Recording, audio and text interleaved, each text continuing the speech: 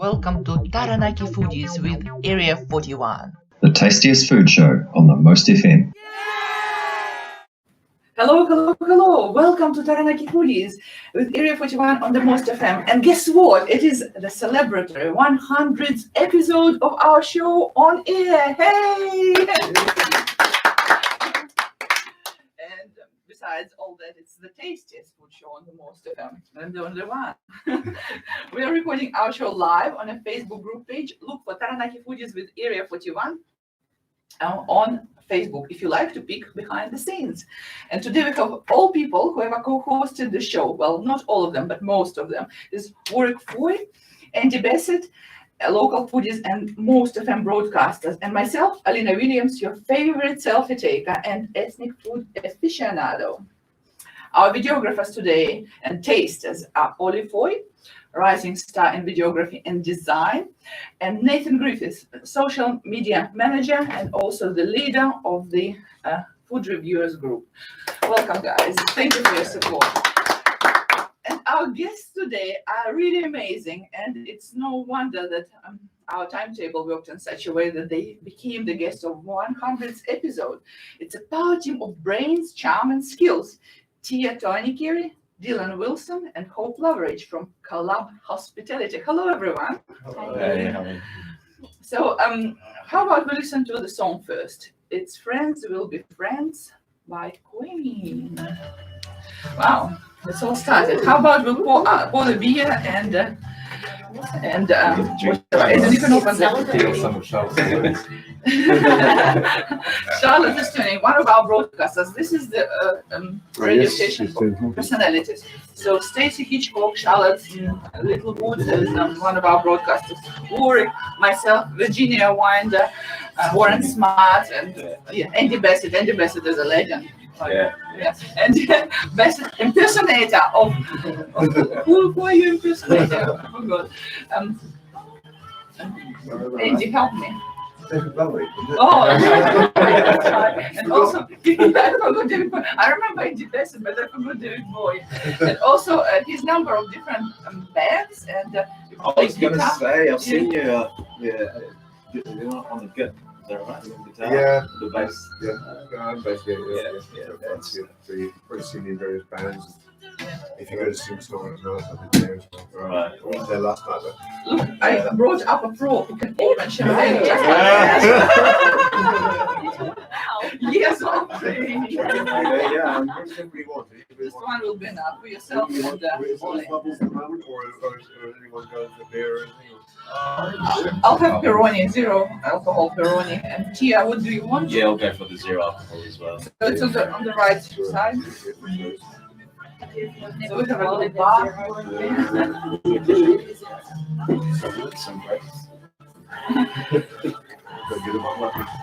Oh, you got a bottle opener. Nathan, what do you want? Do you want just a beer? You just go and choose yourself a beer while in this round. Aidan, you pour some for yourself and for Ollie, so adults will have some time at the bar after you put. Just go first, you know, just the drinks. So John, are you a chef as well? Yeah. Are you a chef in the John? Yeah. Back in the day, we did that. Where did you train? I did my apprenticeship at Taranaki Winery. Oh, Yeah. Forward is on the count. Mark Simmons. For Charlotte. He's not winemaker. Oh, is he? Yeah. Right. No. Quiet sort of guy. So are you, Thierry, a chef as well? Yeah. So I started shipping in Wilson. And I moved up here with my banking year. Couldn't find a job, so I bought one. That's very clever. It's a sign of a recession. And Hope, are you also? Thank you so much. I know I'm trying to help. Oh, you're fine. Okay. Are you currently? Did you open the bubbles? I've got the bubble got open. There's a mic. I have some. So you're working at the moment, or you? Yeah, so I'm at the Bake County Cafe as well as women, so we started this together. Little Mrs. next door and huddled up. Oh, yeah. Came from Frederick. Oh, yeah. Yeah, so we're from nightlife to daylight. Nightlife. Yeah, That's good. definitely. Like turning back now. No, Eh? that's it. Yeah, staying in. Work isn't a It's champagne. non-alcoholic, by the way. Good. Who's going to drink that beer? What do you guys have? Welcome back to the anniversary episode of Taranaki Foodies with Area 41. It is Olina Williams, Warwick Foy, Andy Bassett, and our epic guest today, the power team of brains, charm, and skills, Tia Toanikere, Dylan Wilson, and Hope Loveridge from Collab Hospitality. Good afternoon. Hey guys. I just want, first of all, to say a huge thank you to Tia, because when I started business 5 years ago, when you was a beginner, not a lot of people are prepared to support you, but Tia always did it for me. So I started with ethnic cooking classes, and he always was supportive when I said, hey, I need a premises to have my cooking classes. And he was tired, he was booked, but he always made time and place for me. So thank you for that. You're welcome. So we just listened to a song about friendship. Friends Will Be Friends by Queen. And it seems that friendship for you gave your projects like a power boost, a huge boost, because you and John Baker, when you united your forces, you just became a collab, you became a company rather than individual who struggles and things like that. So it's kind of a sign of 21st century. Individual always loses for the team. Am I correct in describing it? Yeah, absolutely. I mean, the collaboration kind of happened by accident, really, and it was thanks to one of our business partner who's no longer in New Plymouth. He's moved overseas. We sort of ended up in the same sort of cafe, sort of restaurant, and he was sort of more back of house. You know, he was good. He's called the numbers guy, so he's very good at. He's got the gift of the gab and all that. And I was sort of more front of house, and so we had a really good sort of, it was a good team. So yeah. You're a charm. I know that all your staff always loved you, and all the customers as well. You're kind of always a face of your business. So do you still cook? Do you still work within? No, not anymore. Sort of, I definitely hung this chef whites for now. But every now and then, if there's a gap in the kitchen, I'll jump in and help out. So, Okay. but it's definitely in the blood. You don't lose the passion to cook. So, So you have you used to have a jazz hub in Fitzroy, and now you own the hangar at the airport. You also own the backyard cafe and also the Big Jim's cafe, right? and we have a production kitchen in town as well. So, Wow, yeah.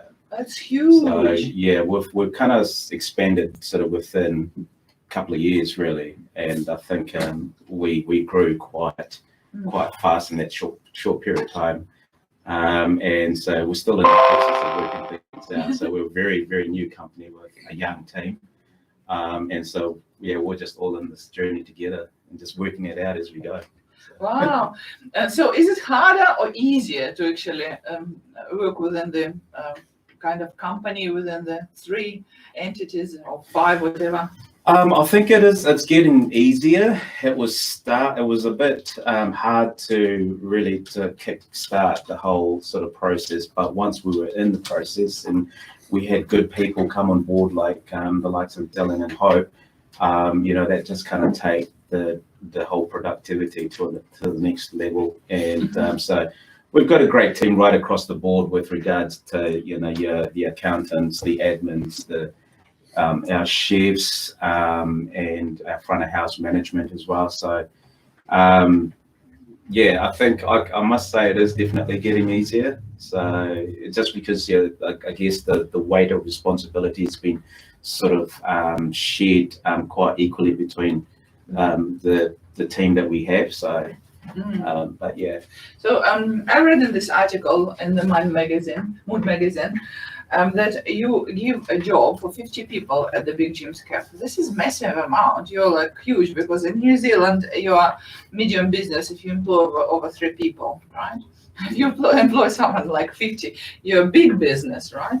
So how does that work? Because it seems that it kind of revitalized the whole place, and there is much more engaging crowds there, and there is a new menu, and there is a new items in the thing. So how does employing more people works for the business? I think, yeah, I mean, that's still is a work in progress, you know, and it's just we've got the right people that we've employed, and we've kind of slotted them in the right place, and it makes productivity a lot better, and you know, and so it works for us. And for some other companies, it may not work, but it seems to work for us. So you brought some epic people with you. Can you introduce? Your guests? So Dylan Wilson is he's been around the block a few times. You know, he's a pretty prominent chef in New Plymouth. And Dylan's partner Hope Loveridge, and I mean, these guys have been in hospo scene for quite a while now, so it only made sense for them to come on board and just help John and I sort of take this whole company to the next level. So they're just, yeah, we couldn't be thankful enough to have a caliber of these people on board. Do each of you have a kind of a responsibility role, or is it like whoever does what? Yeah, well, Dylan he acts as an executive chef in our company now, so he oversees all the menus, you know, the chefs, the hiring of chefs, the training, basically anything that with regards to, you know, executive chefs. He pretty much oversees the whole lot. Wow. And it's a huge responsibility because we've got a huge pool of chefs as well for 3 sites. And you know, and Hope pretty much does this sort of like a very similar role with front of house staff and management and all that. So our role is it's been defined every day, and so we're still trying to decipher what that looks like at this stage because we're quite new and we're growing so fast, and so we're kind of learning as we go. But yeah. Do you have a sort of an optimal size that you'd like to be in terms of the businesses, that number of businesses that you own and the size of your staff and so on? Not really at this stage. I think if there's a concept that we think is missing in New Plymouth and that we've got the team and that be able to pull it off, then we'll definitely invest into it. You know, we've got 4 or 5 sites now, and I think we feel like we're at the very optimal of what we want to sort of achieve in New Plymouth. But we're sort of, you know, we've got other avenues that we're sort of looking at as well, which is more sort of big contracts for catering and all that, like through the council, you know. So that's sort of kind of like our next move, I guess. So once we've got all our current businesses well established and it's running really well, then we'll probably look at branching out a little bit more. But and how would you break into that space, because it's pretty competitive in New Plymouth, isn't it? It is very competitive. So look, I think for us, being the new kid on the block, we basically just put a proposal forward and hope for the best. Yeah. I'm heartbroken that John hasn't joined you today. Yeah, it is. I'm sure he's listening. And I flipped him a text before and I told him to listen in on Facebook. So if you any of you have questions, please reach us through our Facebook page. It's a group, Taranaki Foodies with Area 41, and you can type your questions to us and we will answer it live on air. So my question is to Dylan. You are hiring and training chefs. Yep. And famous chef Bourdain said that chef work is only for outcasts. How do you manage to control, educate people who are kind of in a non-conventional job, because it's not office from 9 to 5. Sometimes it's hard hours, late hours, a lot of devotion, a lot of discipline together with creativity, which is an unusual combination. So how do you do that? I mean, yeah, it is definitely a job that you've kind of got to have a passion for, you know. So I guess, you know, those are the people we're looking for, and we've seemed to come across a few good chefs, and it's kind of helped us out a lot. So what qualities do you need to see the first thing in the person to be hired by you? Basically just hardworking, you know, like just committed to the job and willing to just jump in whenever needed. And yeah. Would you prefer a person with a good background, education and things, or would you prefer a person who really had experience? I more look for someone who's willing to learn, you know, doesn't think that they've learned everything, you know. If they're willing to learn, then they're going to probably work harder. Bourdain didn't do you guys any favours, did he? Because it's good to have the rep of being an outcast or an outlaw, Yeah. but actually you have to be utterly professional in your trade because it's pretty ruthless. Oh, It 100%, is, yeah. Absolutely. it is. So what is hot in the cuisine at the moment? What's trendy? Tell us. Sorry, what was that? What is trendy in the cuisine of feeding? I always was wondered, is there some sort of a definition of a Kiwi cuisine? So what is a hot thing in a Kiwi cuisine right now? I'm not too sure. I mean, I think kind of people are stepping away from that fine dining thing, and the shared feasting thing is a thing at the moment. Everyone seems to enjoy that. So, that's what I like to go out for and have good feed and yeah. Oh, that's great. Awesome. Does your cuisine vary across your 3 sites considerably or a little bit? Or No, not so much. We are daytime cafes, so people kind of want that style of breakfast and lunch. But we still offer like burgers and steaks and all that. So yeah. So 3 sites that you own, but you said that you own 5 businesses, all those 3 cafes. Another one is the catering, and another one is the whole collaboration, right? Yeah, it is. I mean, we won't let the cat out of the bag yet, but we've Something's got going on. yeah, we've got something brewing in the background. It's going to be awesome, so we've got that's really exciting. So watch this space. So we'll hopefully, if everything goes to plan, we'll probably I'd say towards the end of the year we may look to open a new site. Oh. Are you still at the stage where you're working your ass off, or has the business consolidated enough to allow you to step back just a little bit?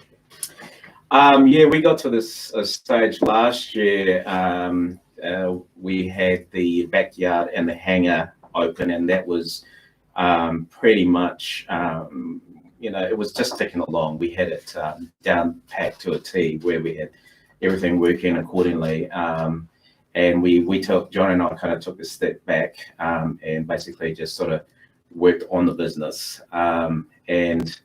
But we've had a lot of people approach us and say, hey, look, would you like to do this? Would you like to venture into this and all that? So it was just an offer that we couldn't sort of refuse, really. So we kind of launched in and created more work for us. So it's a good sign, because success always has many parents and many contributors. It's just the opposite always and often, isn't it? Absolutely. And it's a shout out to all our investors as well, so they've really they've had a lot of faith in us, and so they've invested a lot of their capital.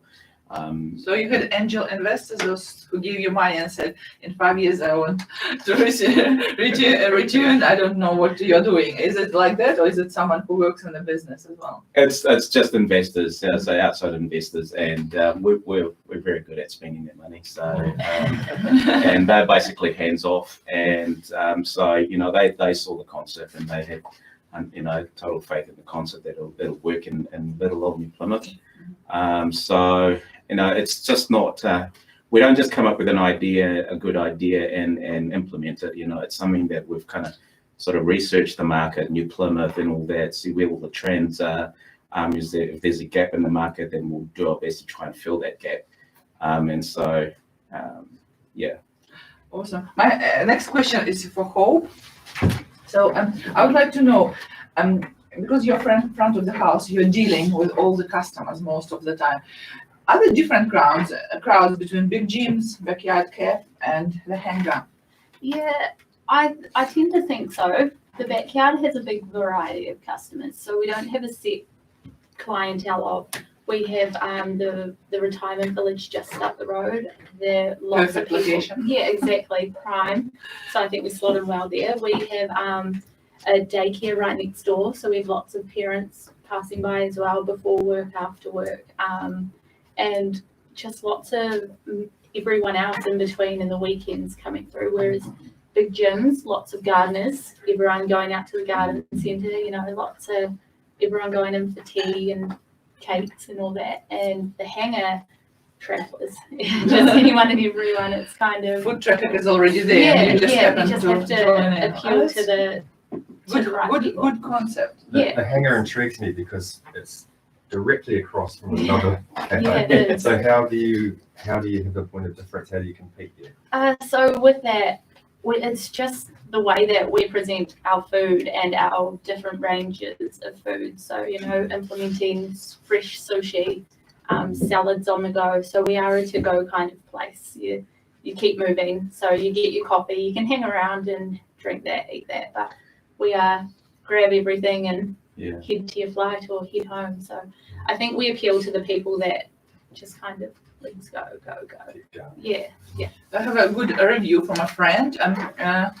She is also the same as me, member of a migrant women group. She's from Scotland. Her name is Shauna. She's an amazing foodie. Hello, Shauna. And she said that she loves the backyard cafe, and the food that she absolutely adore is your bati. I mean, since when bati is the thing?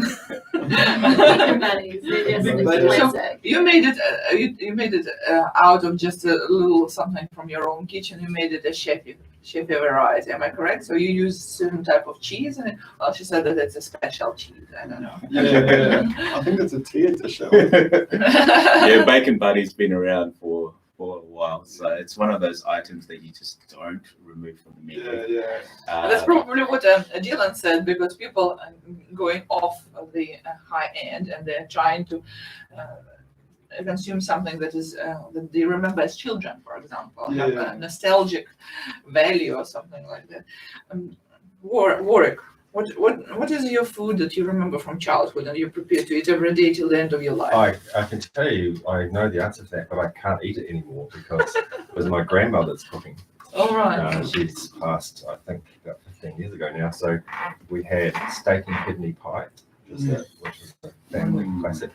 Fish pie, which we do try to replicate, my sister and myself, and possibly my brother, but he lives in Japan, so I don't know. And what was the other one? Oh, corned beef and dumplings. And I mean the English style stodgy suet dumplings. So those were the kind of classic childhood dishes. But as I say, my sister makes them, but she lives in Wellington and I don't make them. So, okay. The same question is to Andy. Andy Bassett, our other co-host. Well, most of the things I ate as a kid, I don't really eat now anyway because they involve meat and I'm vegetarian. Salted dick. But I definitely eat all the desserts that my mum used to make, the lemon meringue pie, all that kind of stuff, So that was a particular favourite. So what do you cook? What do you cook like every day? Like something like a bati. Do you do this? No, I like this week I made myself a pumpkin and kumara soup, which was really great to have in this weather we've had this week. That's been really good, and it always involved a bit of curry flavour in that one as well to give a bit of a kick and some taste. And because you've been vegetarian for a long time. Yeah, since 1983. Yeah. Wow. I think it's a perfect time to listen to our second song, which is called Food, Food, Food by guess who? Wiggles!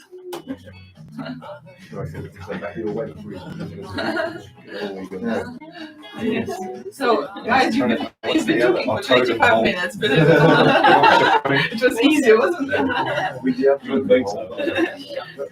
So, I suggest you try this because we have some of this included in the middle, and you guys have some of this as well. There you go, guys. It's just fun to say. Yeah. Oh, cool. The one thing that my mum did that I would never eat, and I hated eating then, was liver and bacon. I had that together, it's like, liver is the bottom. Oh, yeah. And you cut into it, and then you could see gallbladder and bile ducts. Is that a driving force for your vegetarianism? The question, shall we cut cake now and have it now? I think it's a good time. I think so, yes. Just get the Otherwise it will restaurant too late. Some people say it's never too late for a cake. It's carrot cake. That's all right. So do you guys eat carrot cake? I know that Warwick is not a sweet person. I thought about bringing a cake in. That's all right. I'm glad that you did because I wouldn't yeah. Otherwise, we will have too much sweet things, and then it's never really good for you, right? Too much sweet things. John says he doesn't have the gift of the gab. Very nice.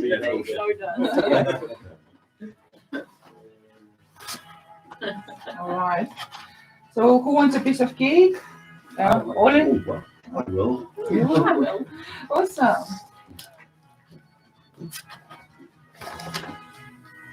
Oh, not long to go. You got about 10 seconds to go of the song. I'll let Oh God, it's fading out.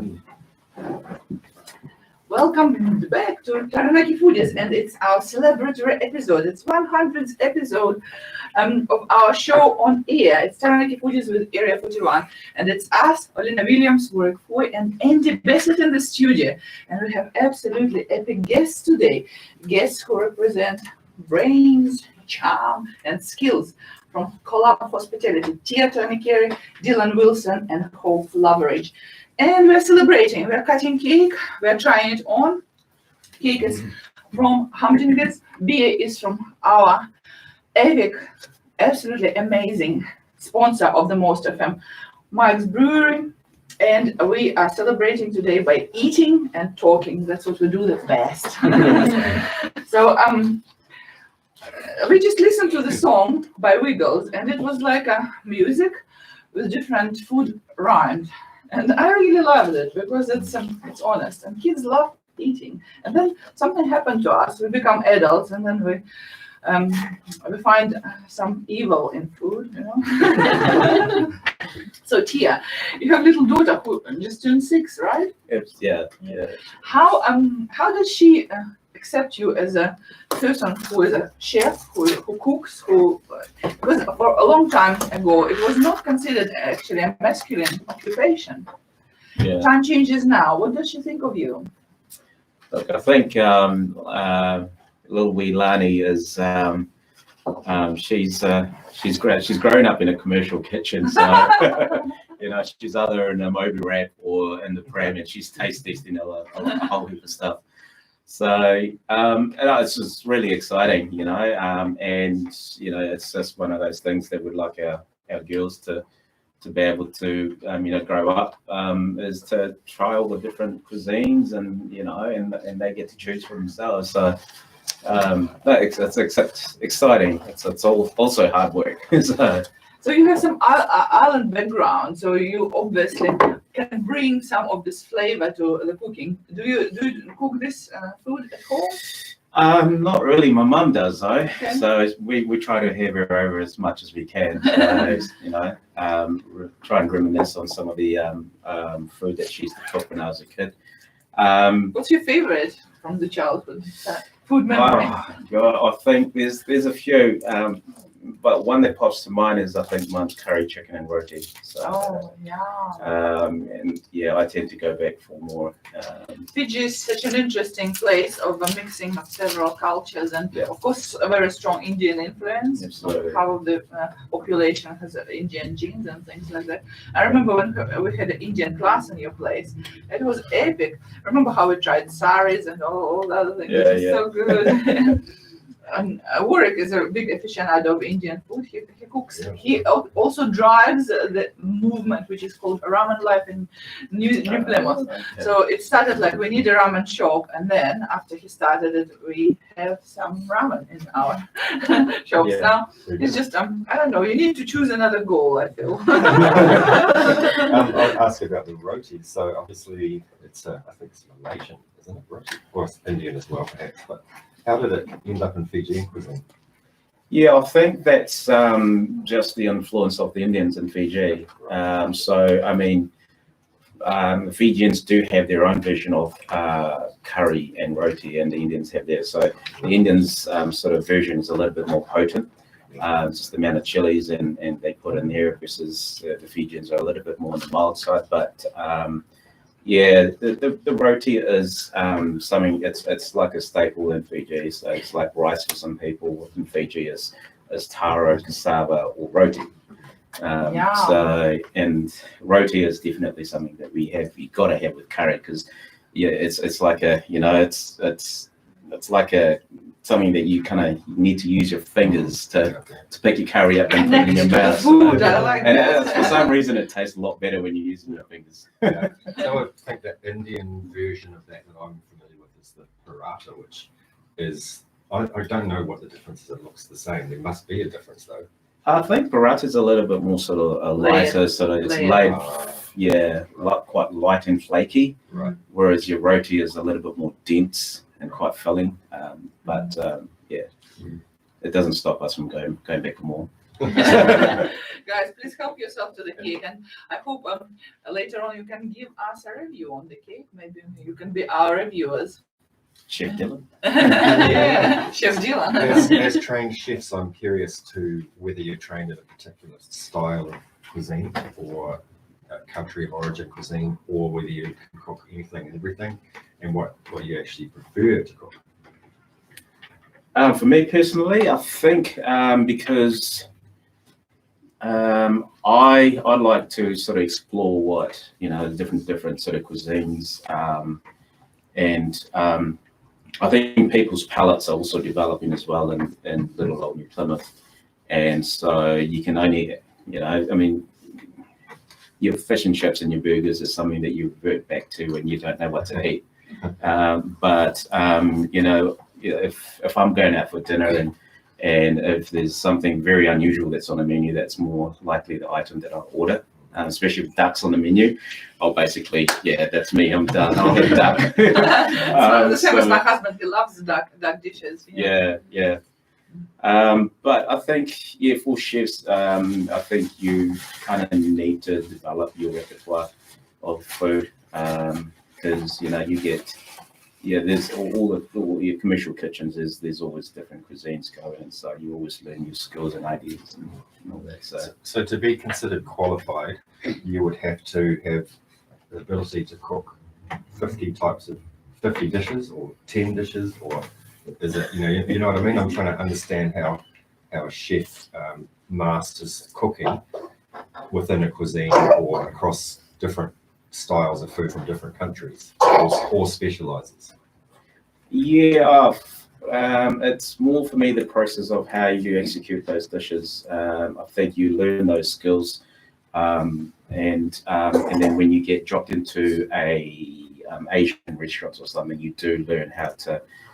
You've got the skills to be able to execute a dish, but it's done quite differently. So, and the flavors are totally different as well. So it's all about the process. It's for me personally, that's I've got the skills to be able to cook a dish from Spain or something like that. But how they go about it is it's a learning process for every chef. Yeah, it probably will be slightly different as well because each cook or chef brings something from themselves, from their background to the dish. Like I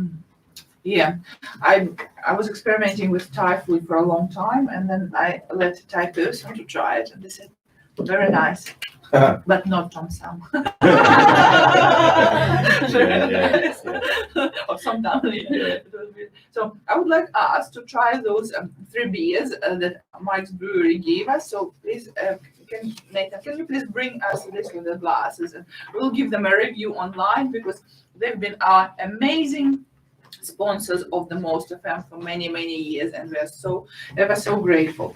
So an interesting question: how life balance works for chefs? Because I know that sometimes the hours are really ridiculous, too early or too late or something like that. Dylan, what hours do you work?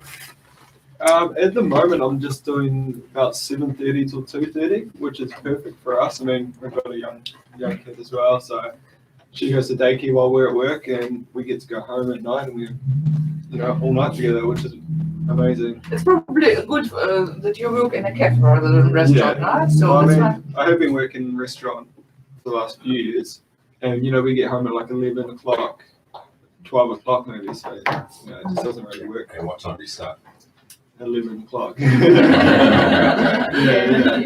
Yeah, that's awesome. So how do you choose what dishes you'll introduce to three of your different caps. Is there any decision Yeah, making I process? think the main goal is to just be better than the last menu. You know, like we're always developing and getting better and just learning and, you know, trying to use local produce, which is really Okay. important.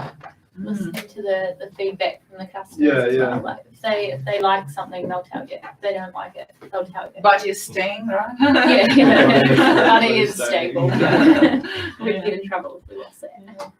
So I would like to introduce the Russian ritual of toasting. You know, just imagine we're all going to die, right? So when we die, at our funerals, people are going to say nice words. So we're not going to hear it. Theoretically, maybe, who knows. So instead of doing it then, how about we'll do it now? I suggest each of us will say a toast to another person in the room, and yeah, we will go around. How does everyone feel You about have it? to demonstrate this. Yeah, to us. yeah. Of course.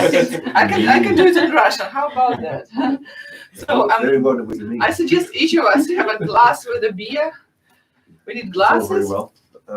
Yeah. Mine's And so basically, Toastmasters were brought as an idea of people toasting. So at the important events, you're supposed to raise your glass and say something important. And when you connect glasses, it's the liquid's supposed to go on one on top of another. So it means that you don't try to poison another person. There is a reason for all of this, you see. So I'm going to try Mike's classic ale, isn't it? So we're doing. Warren, can you please tell us what are we trying? Oh, sure. So we have Hazy Days, which is a New England IPA, and we have a Hefeweizen Cloudy Wheat beer, and we have the Long Lime Lager. So it's from 5.2 till 4.4 alcohol, right? 5.5, the Hef is. Okay, awesome. 5.8, It's nice to 4.8 have a specialist in the house because Warwick is the president of Society of Beer Advocates. So when I try to buy beer, I text him and he always tells me what to buy. So I bought some beer for today and it was in a car. So people who were in my car yesterday drank it while I was driving. I had to make another trip. So I would like to, can I have a glass? You may have a glass. Yeah, and Glass and beer. you know, Try this one. yes, hazy one. Yeah. It's a German style beer, I believe. Bit way smaller than. Oh, that's the Hef. The Hazy is a New England, as in east coast of the US. Oh, style. wow. I won't give you a full glass. Boston and that kind of area. No. Yeah. Massachusetts. Oh, it and smells Maine, very flowery and sweet. So it's nice. Classic New England IPA is like a glass of orange juice. Oh wow, that's an orange juice. Pretty Just much. with 5.2% alcohol. So I would like to raise this glass for our collaboration that happened between our guests and us as co-hosts on the Most FM, including those people who video it. Thank you, Ollie and Nathan, and everyone who has been involved in happening this show. So it was a massive learning journey for me, and I would like to raise this glass for the health and success of everyone, including our guests today. Cheers! All right, so this was an example. I did it just for educational reasons, if you don't understand. Warwick is next. Right, well, that was very articulate. So I'll do a New Zealand style one. Let's raise our glasses, and I am biased, but we'll raise our glasses to the videographer, Ollie Foy, who's very reliable and turns up every week and does his job. There you go. Cheers! Cheers. Cheers! I think. The glasses are called, haven't they? Oh, yes. Cheers! Cling, cling. Only need to top up with the alcohol-free champagne. Yeah. Okay, I think Andy is the next one. Yeah. I'm proposing a toast to Aiden, who's sitting quietly in the corner, but is actually pouring drinks out for people. To Aiden. Yay! Cheers, Aiden. Thank you for your help. And Aiden was my first videographer before I found Ollie, who has a job now. And thank you very much for being support and doing everything for mom to have some time for. family. So, who is the next one? Nathan, would you want to say a toast? You need to come closer to the microphone. So, Nathan Griffiths, our social media manager and the leader of the food review group. Well, you know, I've attended life discovery courses, and we used to make them up. So I don't remember any of them, but I guess I would use the Spanish one. I learned the Spanish language for 3 years on my own, and so that's salud.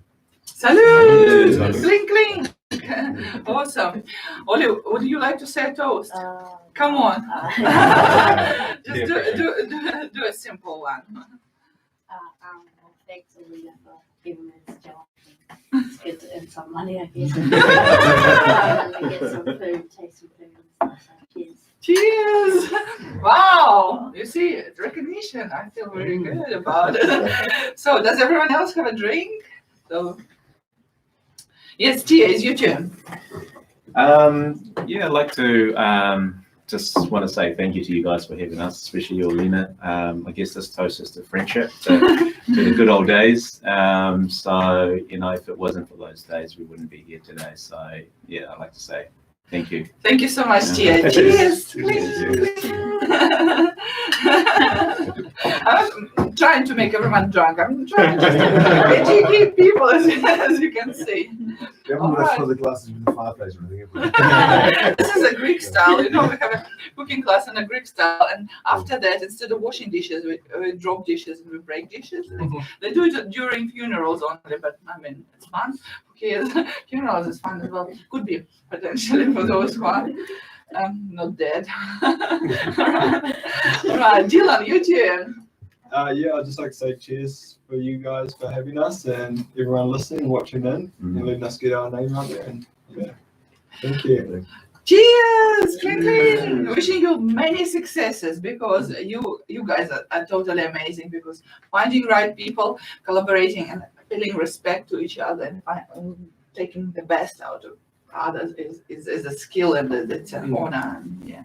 So, Hope, your turn. Yeah, I just follow on that note, and thanks to you for having us. And sorry, she's having a and cheers to John and Tia and everyone else for taking us in, and you know, taking a chance on us. And well done. To many more years. Yeah. Cheers to this! Yeah. Cling, cling, cling. Awesome. And I think it's a perfect time to listen to our third song, which is called Celebration Time. And it's not the celebration time you know, it's a different one. Wow, this is so awesome. 45 minutes. Yeah, precious. Wow. It's easy job. So what's the little girl playing? This is Harper. Just waking up. Very good. 2.5. Yeah. I think this is her first sleep for the day. She was at my dad's today while we were working, so it's perfect. Worked out perfect.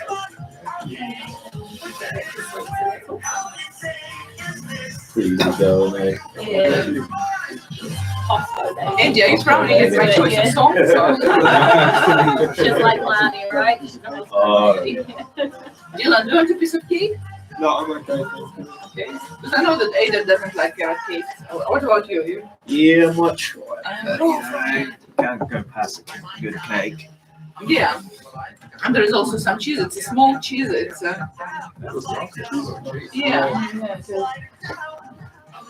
My French friend said that she had exactly the same when she was little. So their own village. Oh, right. They make small cheese. They make it like a small face. Oh, that's perfect. Oh yeah, with dates and seeds. Yeah. So I've been ordering the cakes from Hamdingas for many years, and one particular year was Aiden's birthday, and I wanted to do the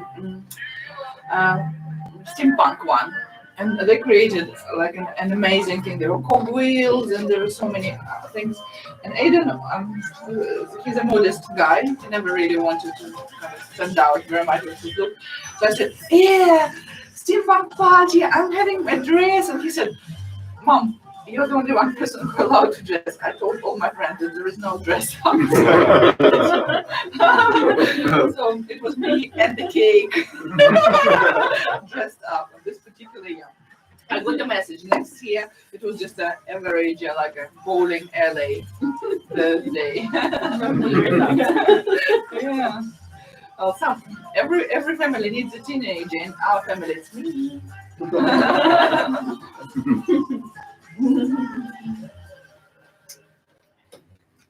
Welcome back to Taranaki Foodies. It's a celebratory anniversary episode, 100th episode of Taranaki Foodies with Area 41, with Alina Williams, Warwick Foy, and Andy Bassett, with our guests, our team of brains, charm, and skills, Toanikere, Dylan Wilson and Hope Loveridge from Collab Hospitality.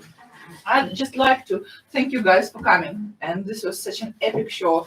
I appreciate your support, Tia. I wish you so much success beyond your imagination, and of course to your friend John Baker. And I would like to shout out to Mike's Brewery, our loyal sponsor of the Most FM, the largest draft beer choice in North Island, with an organic range of beers, with low alcohol kombucha range, and many more.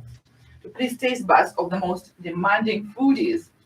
And few words from our sponsor, Area 41 on Brougham Street. Try the authentic Italian menu, Italian Peroni beer, and Italian coffee. Ask their sommelier about the Italian wine list too. Yeah, just before you wrap up, I'm just going to have a little say here. Okay. I'd just like to commend you, Alina, for your remarkable ability to drag in almost every hospo employee in the town, and certainly and even in the region, week after week, and sometimes with food. And the way that you engage with them and make them feel comfortable to share their journey is remarkable. So I commend you on that. Thank you so much, Warwick. I feel nice. Yes, thank you for listening to Taranaki Foodies with Area 41. Now we are going to take some selfies and post them on Instagram and Facebook. Tune in to 100.4 FM every Saturday at 4 p.m. Remember, there is a live recording of this interview online on Taranaki Foodies with Area 41 group page on Facebook. Meet you next Saturday at 4 p.m. Bye-bye, my gourmet notes. Bye-bye, everyone. Bye-bye. Wow, this was awesome. Yeah. So it's time to finish the play.